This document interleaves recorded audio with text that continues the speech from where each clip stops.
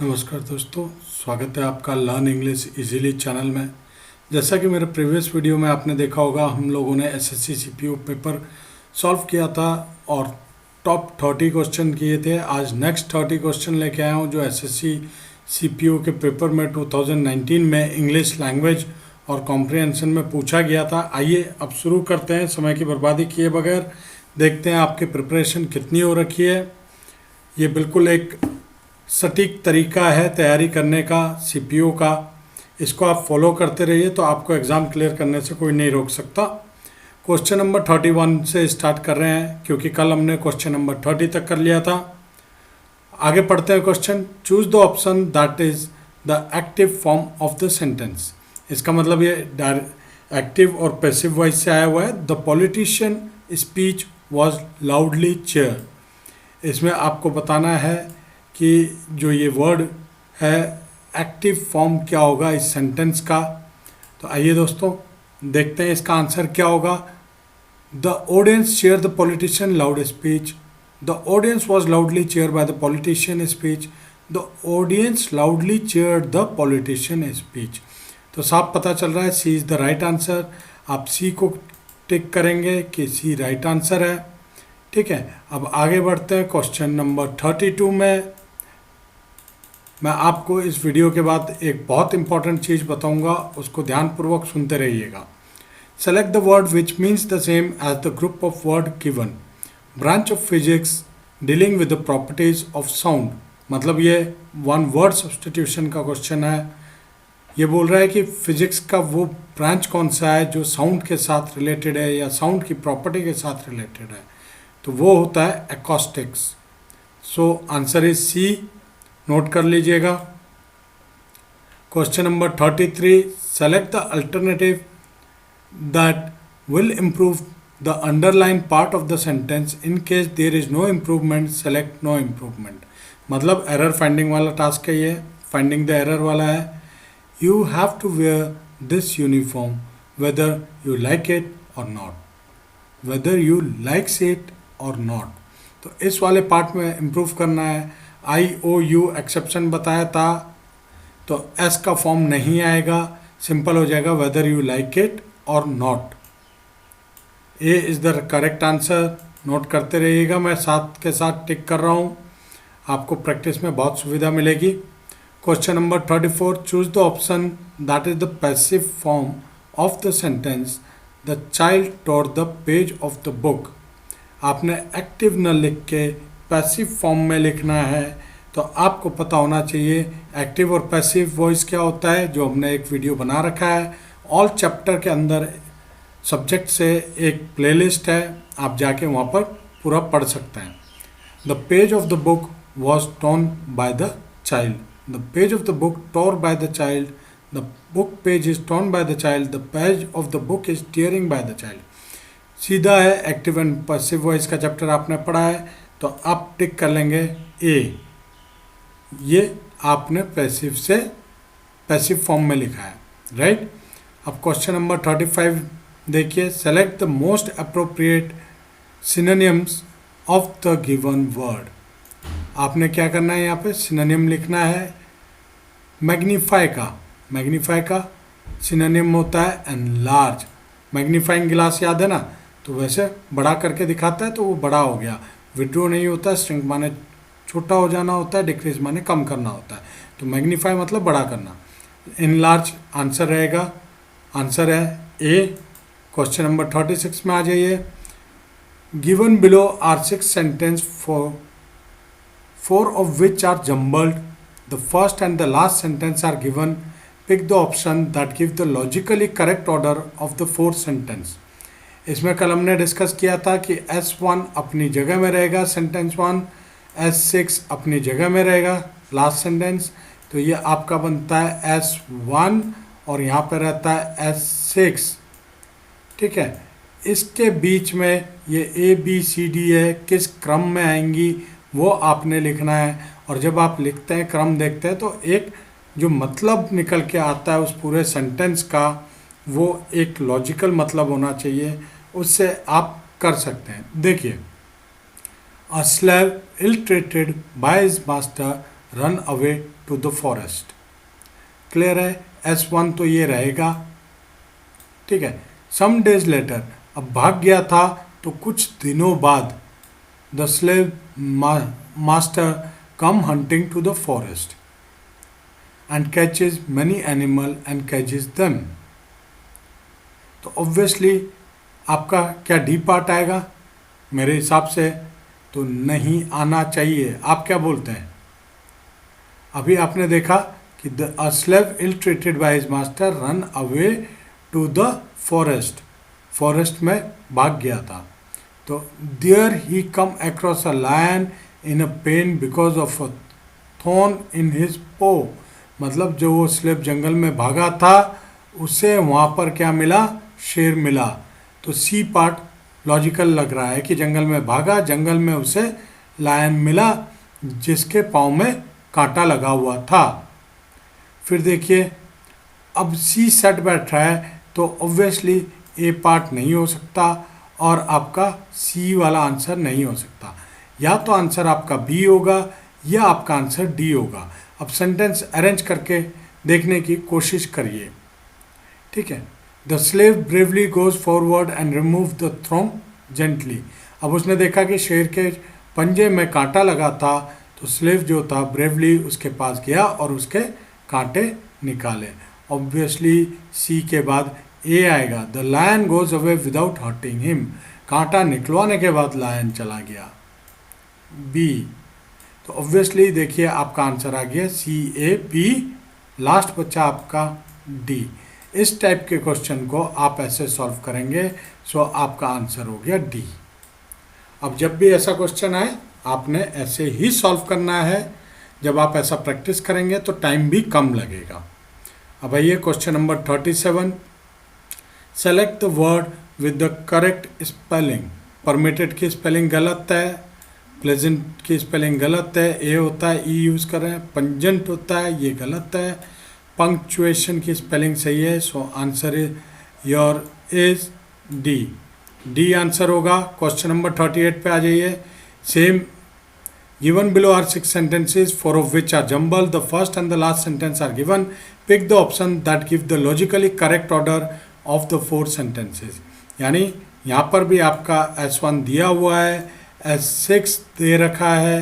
पहला सेंटेंस ये रहेगा, It was 6 o'clock in the morning, in the evening, and there was lot of traffic on the road. He was very angry with them for their recklessness. नहीं बनता sentence. They laughed at him as they overtook his car, नहीं, कोई बात ऐसी नहीं बन रही है। Mohan was driving his car when suddenly 2 teenager on a bike speeded ahead from behind him, नहीं। Mohan swerved a little and applied the brake in the nick of time, नहीं। तो ऑब्वियसली ये वाला पार्ट बनेगा पहला सी, S1 के बाद सी आएगा आपका। फिर उसके बाद आपका Mohan was driving his car when suddenly 2 teenagers on a bike speeded ahead from behind him. They laughed at him as they overtook his car. C के बाद B लॉजिकल लग रहा है। फिर उसके बाद Mohan said a little and applied the brake in the nick of time. D रहेगा। ऐसा देखने पे उसने ब्रेक लगाया। He was very angry with them for their recklessness. फिर आ गया आपका ए।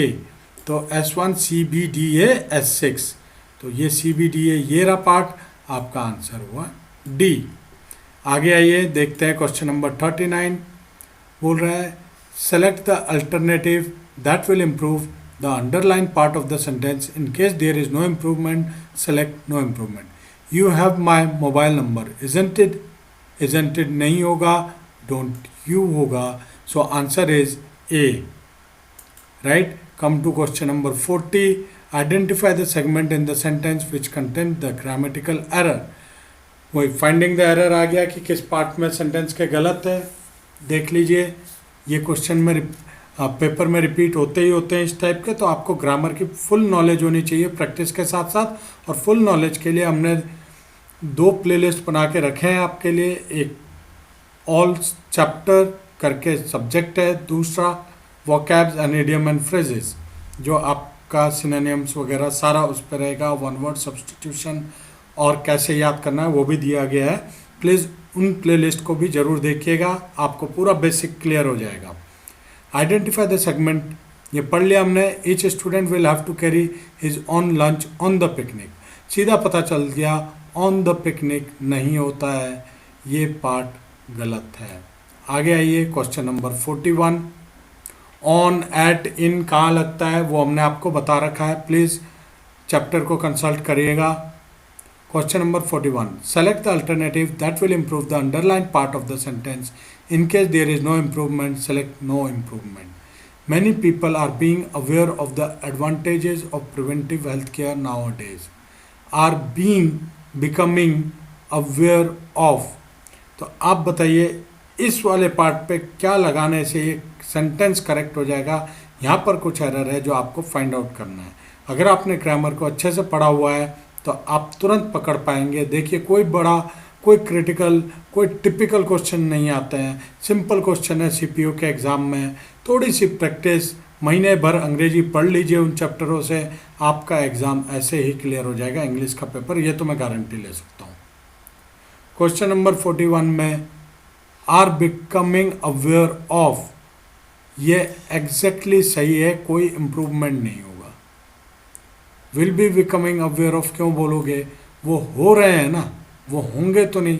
आर बिकम अवेयर ऑफ नहीं, हैव बिकमिंग अवेयर ऑफ नहीं, तो answer is your D.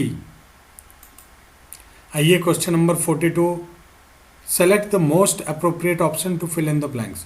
Movie makers generally dash historical fact to write their stories. Means movie maker generally क्या करते हैं, historical fact का एक्सप्लेन करते हैं नहीं, करेक्ट करते हैं नहीं, हिस्टोरिकल फैक्ट को क्या करेंगे, अकाउंट करते हैं नहीं, एडेप्ट करना किसी चीज़ को। सिनोनिम क्या होता है दिखा देते हैं। एडेप्ट का सिनोनिम आपका होता है टू एसिलिमेट या फेमिलराइज या एडजस्ट, ठीक है। एडेप्ट करना इसे बोलते हैं, तो ये साफ जाहिर हो रहा है यहाँ पर एडेप्ट आएगा, आंसर इज डी। आगे आइए क्वेश्चन नंबर 43 में इंस्ट्रक्शन देखिए, select the most appropriate meaning of the underlined idiom in the given sentence. देखिए ईडियम एंड फ्रेजेस का क्वेश्चन जो हमने बताया था आपको किस प्रकार से आता है, इसको देखिए पूरा। I told you not to play the prank but you did not listen, now face the music. तो ये ईडियम एंड फ्रेजेस का पार्ट है। फेस द म्यूजिक का मतलब क्या होता है, put on earphone, listen to the song, sing popular song या एक्सेप्ट द ब्लेम। इसका होता है accept the blame. Face the music मतलब जो आपने किया है उसके लिए जो आपको सज़ा मिलेगी या आरोप मिलेगा उस चीज़ को एक्सेप्ट करना, फेस द म्यूजिक। तो आंसर इज ए। इडियम और फ्रेजेस का देखिए कैसे क्वेश्चन घूम के आता है, इस टाइप का क्वेश्चन आता है, तो इडियम और फ्रेजेस भी याद करिएगा, सब बना के दिया हुआ है आपको वीडियो में। अब देखिए, Pradeep was so tired that he hit the sack as soon as possible. Hit the sack, इसके शाब्दिक अर्थ से मत जाइए, अगेन ये इडियम एंड फ्रेजेस है। हिट द सैक का मतलब होता है थका हुआ था और वो बिस्तर में चला गया सोने के लिए, went to bed. Now question number 45, choose the option that is the passive form of sentence Shyam saw Abhishek starting the car. यानी ये एक्टिव में है, श्याम ने देखा अभिषेक क्या कर रहा है, कार स्टार्ट कर रहा है, तो इसका पैसिव बन जाएगा Abhishek was seen starting the car by Shyam. तो एक्टिव और पैसिव वॉइस का वीडियो जरूर देखना, अगर आप यहाँ पे कैच नहीं कर पा रहे हैं वहाँ पे आपको सारा रूल क्लियर हो जाएगा। Question number 46, the little puppy chewed my new slipper. अब इसमें क्या करना है आपने, क्वेश्चन पढ़ लीजिए, बोला था choose the option that is the passive form of the sentence. Means 46 में भी आपने पैसिव फॉर्म लिखना है सेंटेंस के। The little puppy chewed my new slipper, ये एक्टिव फॉर्म है, तो क्या होगा माई न्यू स्लीपर। बोलिए, हाँ जी, आंसर दीजिए, कमेंट में फटाफट आंसर दे दीजिएगा, रुकिएगा मत। माई न्यू स्लीपर वर देखिए आर तो नहीं आएगा, ये क्लियर हो गया। रूल बता रखा है, कैन नहीं आएगा, वर आएगा। ये क्यों आएगा? प्लीज़ एक्टिव और पैसिव वॉइस में जाइए, वहाँ हमने बता रखा है आपको कि टेंस कौन कौन से कैसे कैसे लगता है। Chewed by the little puppy, were के साथ च्यूड, वर च्यूइंग नहीं होगा, तो आंसर इज योर सी। हमने आपको पूरा चैप्टर समझाया हुआ है, प्लेलिस्ट पे दे रखा है, प्लीज़ उस पे जाइए और वीडियो को ज़रूर देखिएगा। क्वेश्चन नंबर 47, कमेंट करके बताते रहिएगा आंसर। सेम है, given below are 4 jumble sentence, pick the option that give their correct order. One day when the quarreling had been much more violent than usual and each of the son was moping in a surly manner, he asked one of them to bring him a bundle of stick.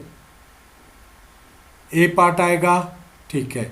No word he could say did the least good, so he thought in his mind for some very striking example that should make them see that discord without lead them to misfortune. A man had a family of sons who were forever quarreling among themselves. तो पहला the handling of the bundle, पहला sentence सी आएगा। जब आपने पढ़ा तो ये आप समझ गए। अब सी कहाँ कहाँ पर ऑप्शन में है? ए में है और बी में है। अब इसके बाद क्या वर्ड आएगा, लगा के देखिए। अ मैन हैड अ, क्या सेंटेंस आएगा? A man had a family of son who were forever quarreling among themselves। यहाँ तक क्लियर है? वन डे, तो पार्ट कौन सा आएगा आपका बताइए?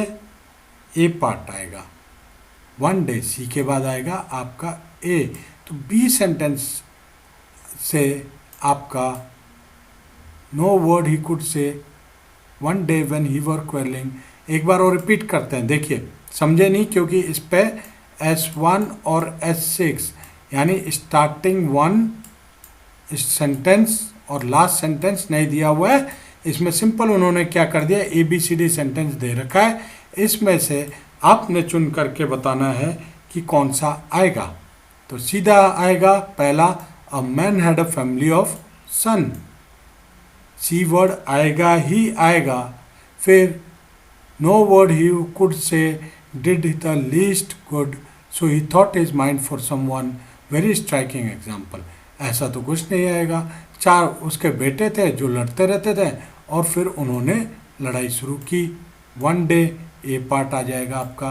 When the quarreling had been much more violent, ठीक है।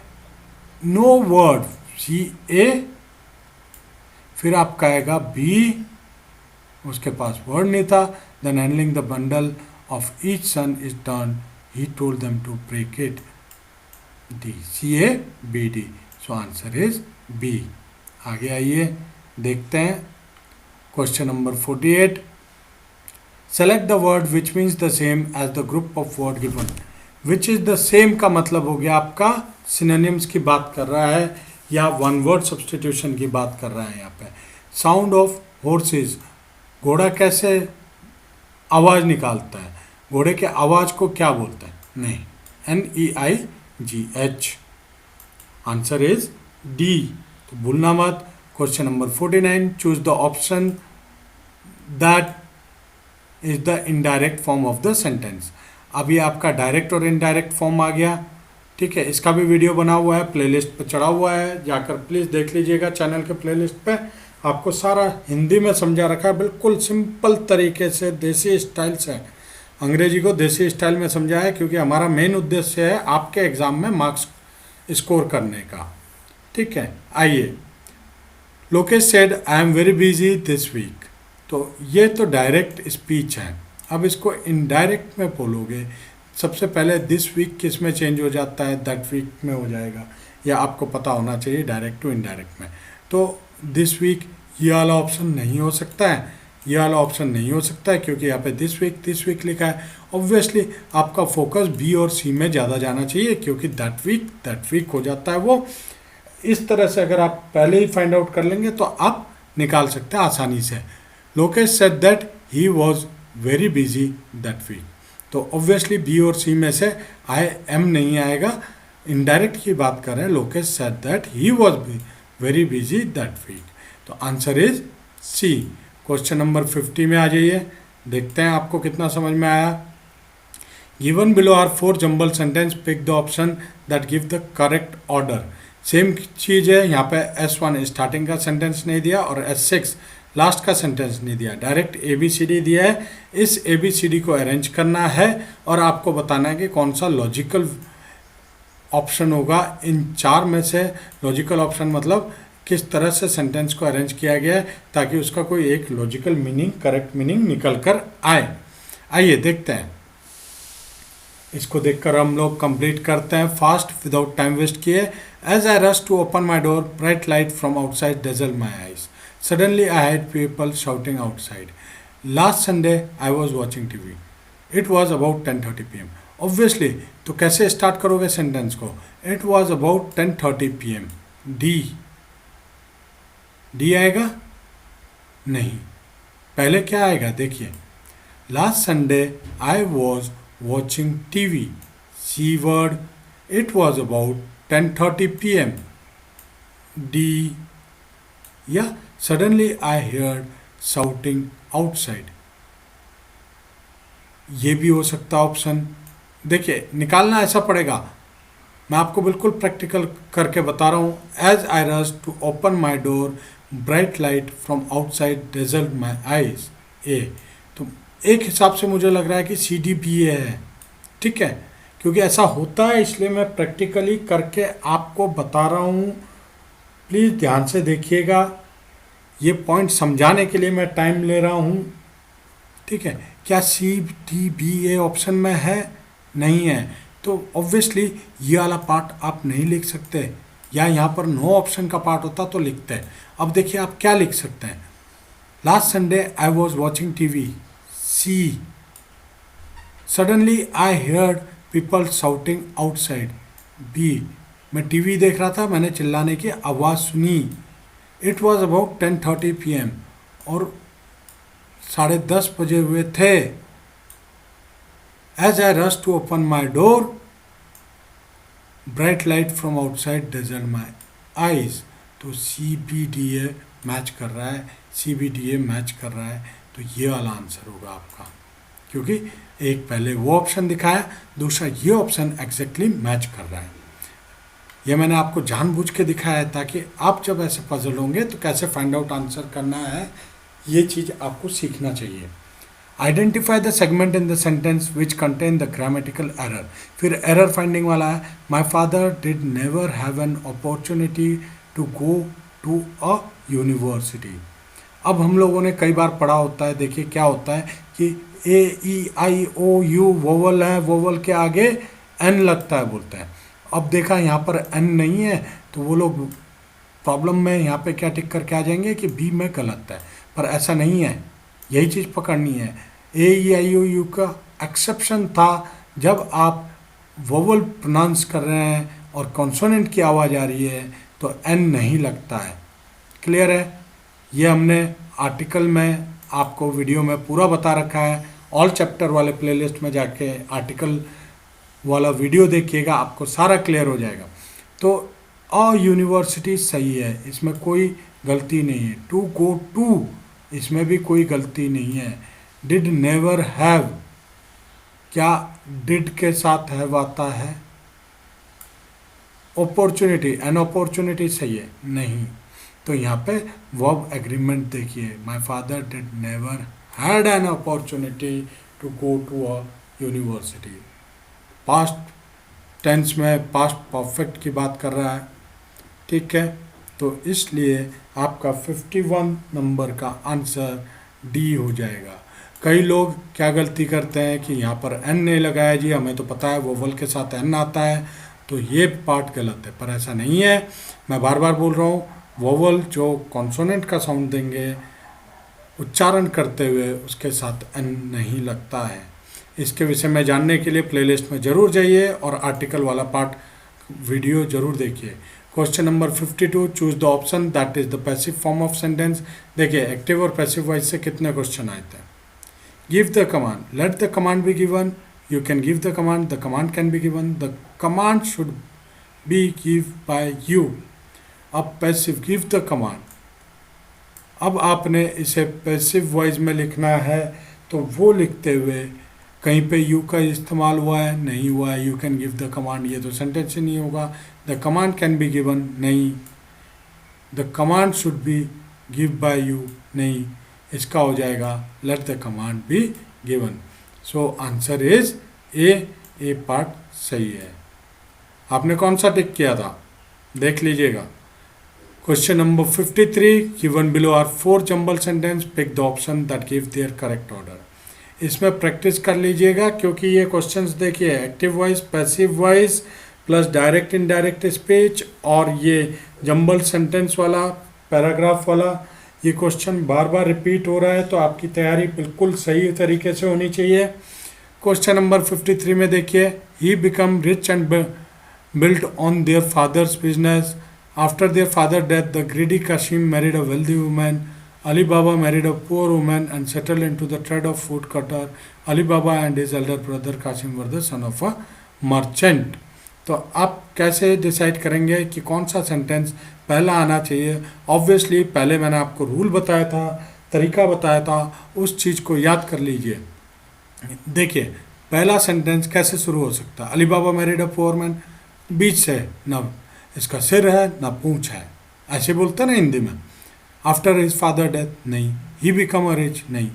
Ali Baba and his elder brother Kasim were the son of merchant, पहला ये आ गया आपका। अली बाबा जो था और कासिम उसका बड़ा भाई कासिम एक व्यापारी के बेटे थे, डी पार्ट स्टार्टिंग हो गया। फिर उसके बाद आफ्टर देयर फादर डेथ, उसके पिता की मृत्यु के बाद, यानी आपका आएगा बी पार्ट। क्लियर है?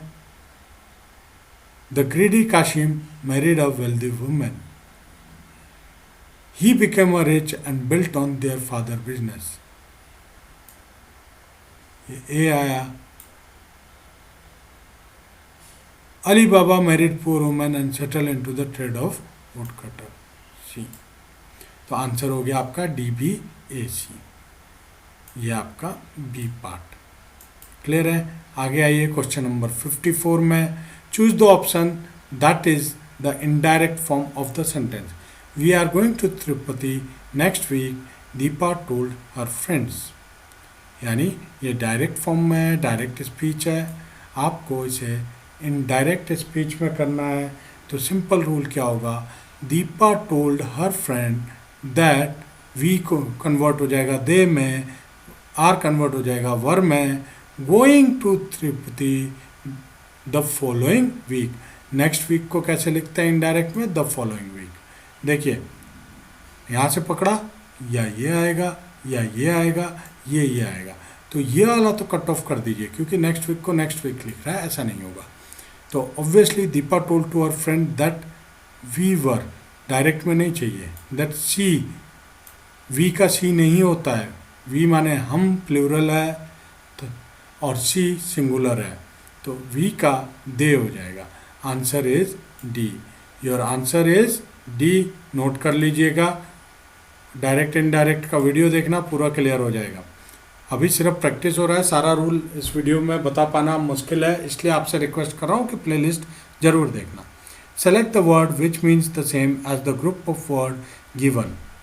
N underground hole dug by small animal as a dwelling.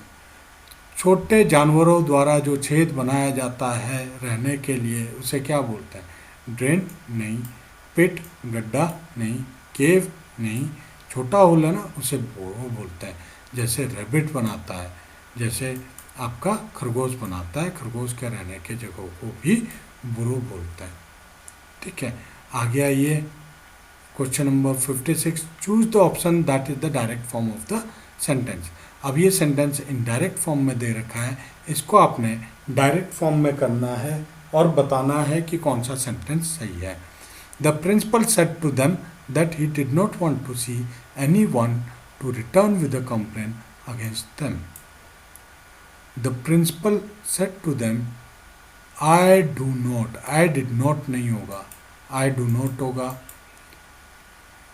see anyone to return with a complaint against you। सीधा देख के पता चल गया ये आपका बी पार्ट आंसर है।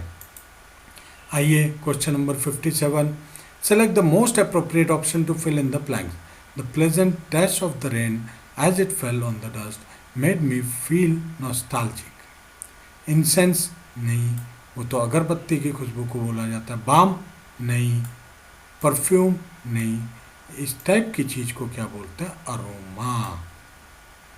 क्लियर है? खाने का भी परफ्यूम नहीं बोलते, खाने की अरोमा होती है ना। अब आगे आ जाइए, choose the option that is the passive form of the sentence. Question number 58 कर रहे हैं हम लोग। The class teacher was taking the children to the zoo. ये एक्टिव फॉर्म है। अब इसको पैसिव में करेंगे। देखिए एक्टिव और पैसिव कितना रिपीटेडली आया हुआ है, इसलिए मैं बोल रहा हूँ इंपॉर्टेंट है, छोड़िएगा मत। बड़ा स्कोरिंग चैप्टर है ये, वीडियो पर जरूर देखिएगा आप प्लेलिस्ट में जाके। The class teacher was taking the children to the zoo, passive हो जाएगा द चिल्ड्रन, चिल्ड्रन माने बहुत ज़्यादा, were being taken to the zoo by the class teacher. D, active and passive voice पढ़ा रखा है, वो देख लेना। D is the right answer. अब देखिए question number 59, the manager permitted women employ to leave office early on that day. Women employees were permitted to leave office early on that day. Clear है? D is your answer. Now question number 60. मैंने बोला था आज आपको 60 question कराऊंगा और समझाऊंगा, तो आप प्लीज ध्यान से देखते रहिएगा। Select the alternative that will improve the underlined part of the sentence. In case there is no improvement, select no improvement. Kalidasa was a greater classical Sanskrit poet of India. आपने comparative degree, superlative degree पढ़ा है, और जहाँ पर line खींचा है, underline किया हुआ है, यहाँ पर ऑब्वियसली पॉजिटिव डिग्री में बात हो रही है, या सुपरलेटिव में हो रही है, या कंपैरेटिव में हो रही है, ये आपको चेक करना है।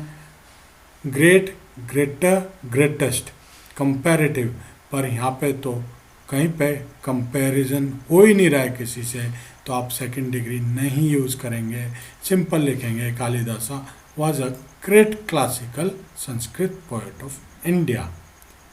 और अगर ग्रेटेस्ट होता तो फिर और पोएटों के साथ भी इसका कंपैरिजन हो रहा होता है। क्लियर है यहाँ तक? आपका सिंपल आएगा was a great classic, answer is B. अब अगर आपको ये पार्ट समझ में नहीं आया है तो कमेंट करके ज़रूर पूछिएगा, और अगर समझ में आ गया है तो बहुत बढ़िया है, ऐसे तैयारी करते रहिए। आपकी बार नैया पार, नैया हो जानी चाहिए पार, बिल्कुल एग्ज़ाम क्लियर करना है। हिम्मत के साथ, पेशेंस के साथ लगे रहिए, प्रैक्टिस करते रहिए, आपका एग्ज़ाम ज़रूर क्लियर होगा। और वीडियो जो मैंने बना के प्लेलिस्ट में डाला है उसे देखिएगा ज़रूर। अगर आपको ये चैनल अच्छा लग रहा है और वैल्यू एडिशन कर रहा है तो प्लीज़ इस चैनल को सब्सक्राइब करना ना भूलिए। चैनल का नाम है लर्न इंग्लिश ईजीली, और साथ में बेल आइकन ज़रूर दबाइए, क्योंकि जब भी मैं इंपॉर्टेंट वीडियो अपलोड करूंगा आपके लिए आपके पास नोटिफिकेशन आना चाहिए। तो बेल आइकन दबाना ना भूलिए ताकि आपसे कोई भी इंपॉर्टेंट वीडियो ना छूटे। आज के लिए बस इतना ही, अब इजाज़त दीजिए, धन्यवाद।